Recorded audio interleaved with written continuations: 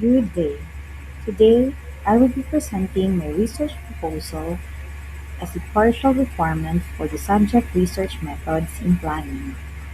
My name is Cherise Joy P. Benedicto, and I am a student at the University of the Philippines Open University, currently pursuing a diploma in land use planning. I am also connected with the local government unit of IPIL, working under the zoning division. Today, I will present my research in five key points. First is the research topic and research questions. These introduce the main focus of the study and the specific questions it seeks to answer. Second is the objectives of the study. These outline the goals and aims that guide the research. Third is the conceptual framework. This explains the theoretical foundation and key concepts that underpin the study. Fourth is the research design. This describes the methodology, including the data collection and analysis approaches. Fifth is the references. This highlights the key sources that support the study. This outline will help us follow the progression of the research from its foundations to its scholarly grounding. Let me start by providing an overview of my research topic: IPIL's aspiration for cityhood, readiness, opportunities, and challenges. Municipalities across the Philippines often seek to become cities to accelerate local growth and gain more administrative autonomy. The law specifies clear criteria, including income, population, and land area, that must be met under Republic Act Number 11683 for cityhood eligibility. Ipil, the capital of Zamboanga Sibugay, is actively working toward cityhood, backed by its growing economy and infrastructure developments. Yet, cityhood brings complex opportunities and challenges, including higher expectations for public services and fiscal sustainability. Therefore, this study looks beyond just meeting the legal requirements. It examines whether EPL has the strong leadership, economic capacity, governance, and planning needed for a successful and sustainable cityhood transition. This study evaluates EPL's aspiration for cityhood by focusing on four main research questions. The first question assesses EPL's readiness in economic capacity, infrastructure, governance, and human resources for cityhood. This helps determine if the municipality currently meets essential requirements for cityhood. The second question examines the preparations undertaken by the local government to improve these areas, highlighting efforts to meet the standards necessary for conversion. The third research question identifies potential opportunities cityhood could provide, including enhanced development and stronger governance structures. The final research question explores the challenges and constraints EPIL may face, such as financial and administrative hurdles during and after the transition. Together, these questions provide a full picture of EPIL's capability and preparedness for cityhood. Moving on to the objectives of the study.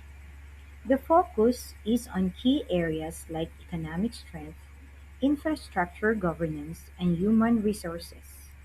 It also explores how the local government is preparing across these areas to meet cityhood requirements.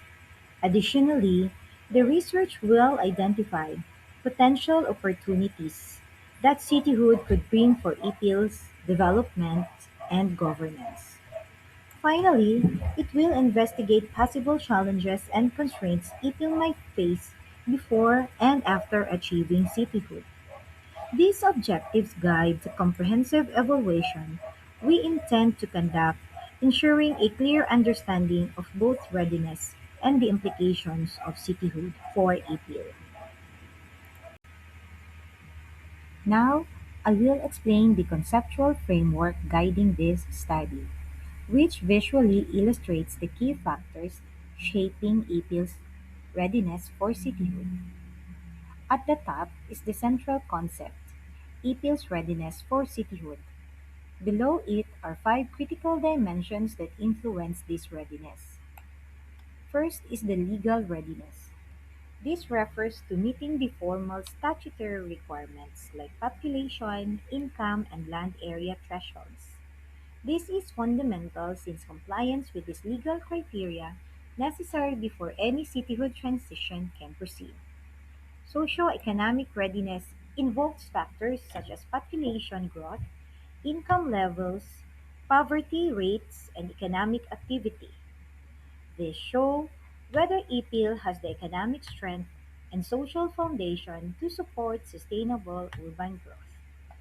Institutional readiness examines the capacity of local government institutions, including administrative systems, governance structures, and human resources. Strong institutions are needed to effectively manage the expanded responsibilities that come with cityhood. Spatial and environmental readiness covers land use planning, infrastructure development, and environmental management. Proper planning ensures that urban growth is sustainable and that infrastructure meets the need of a city. Lastly, constituents' readiness or plebiscite reflects the political and social acceptance of cityhood among residents. Their support and participation in the plebiscite are crucial for a legitimate transition. Beneath these readiness dimensions are the risks and challenges, such as resources limitations and governance gaps, that may hinder the process, alongside the opportunities and in developmental outcomes like improved services, stronger fiscal capacity, and economic competitiveness that cityhood can bring when these factors align positively.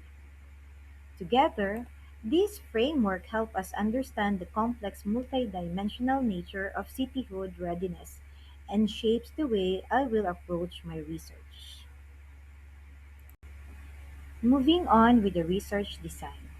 This study uses a mixed method approach to fully understand EPIL's readiness for cityhood. Quantitative data is drawn from official records, while qualitative data is collected from interviews and surveys with local officials, planners, business leaders, and residents.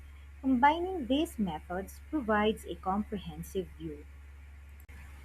Now let's go how the data will be collected and analyzed for this study. The data collection process begins with obtaining permission from local authorities and ensuring confidentiality for all participants. For quantitative data, official records and structured surveys will be gathered either in person or online. For qualitative data, semi-structured interviews and open-ended survey questions will be used to explore in-depth perspectives from key stakeholders, including officials, planners, business representatives, and residents. The quantitative data will be analyzed using descriptive statistics like weighted means, percentages, and frequencies. The qualitative data will undergo thematic analysis, where recurring themes and patterns will be identified to complement the quantitative findings and provide richer context.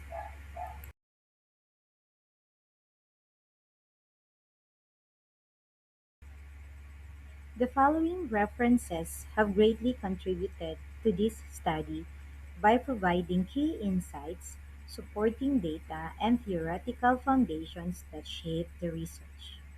They form the basis for understanding the context, methodology, and significance of this work. For this study, I have cited a substantial number of references. These sources help inform the study's framework, provided important data, and supported the analysis and discussion throughout the research.